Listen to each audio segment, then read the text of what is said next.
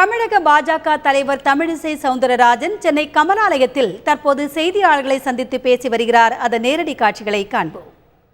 நான்கிலேயே எங்களது நிலைப்பாடை இரண்டு திராவிட கட்சிகளுக்கும் எதிராக மாற்றாக நாங்கள் உருவெடுத்து தமிழக மக்களுக்கு பணியாற்ற வேண்டும் என்று நினைத்தோம். அதைத்தான் தொடர்ந்து கொண்டிருக்கிறோம். தேசிய ஜனநாயக கூட்டணியாகத்தான் நாங்கள் 2016 தேர்தலை சந்திப்போம். ஒரு தேசிய கட்சியா இருந்து காங்கிரஸ் சென்ற வாரம் பேட்டி கொடுத்திருக்காரு. ஈவி செல்வம் இந்த மாதிரி தமிழக சட்டப்பேரவை தேர்தலில் தனியாக சந்திக்க போறோம் எல்லா தொகுதியிலும் அப்படின்னு சொல்லியிருக்காரு. அவர் சொல்லட்டும், அது அவரின் பணி, அவரின் திட்டம். நாங்கள் எங்கள் திட்டத்தை பற்றி பேசிக் கொண்டிருக்கிறோம். ஆனால் எது எப்படி இருந்தாலும் தமிழகத்தை பொறுத்த மட்டில் தேசிய கட்சிகளில் பாரதிய ஜனதா கட்சி தான் பலம் பொருந்திய கட்சியாக விளங்குகிறது, வளருகிறது என்பதை நான் தெளிவாக சொல்ல இயலும். முதலமைச்சர் வேட்பாளராக பாமக தலைவர் அறிவித்து அவர் பிரச்சாரம் மேற்கொண்டிருக்காங்க. மற்ற கட்சிகளும் பிரச்சாரத்தை தொடங்கி இருக்கிறது.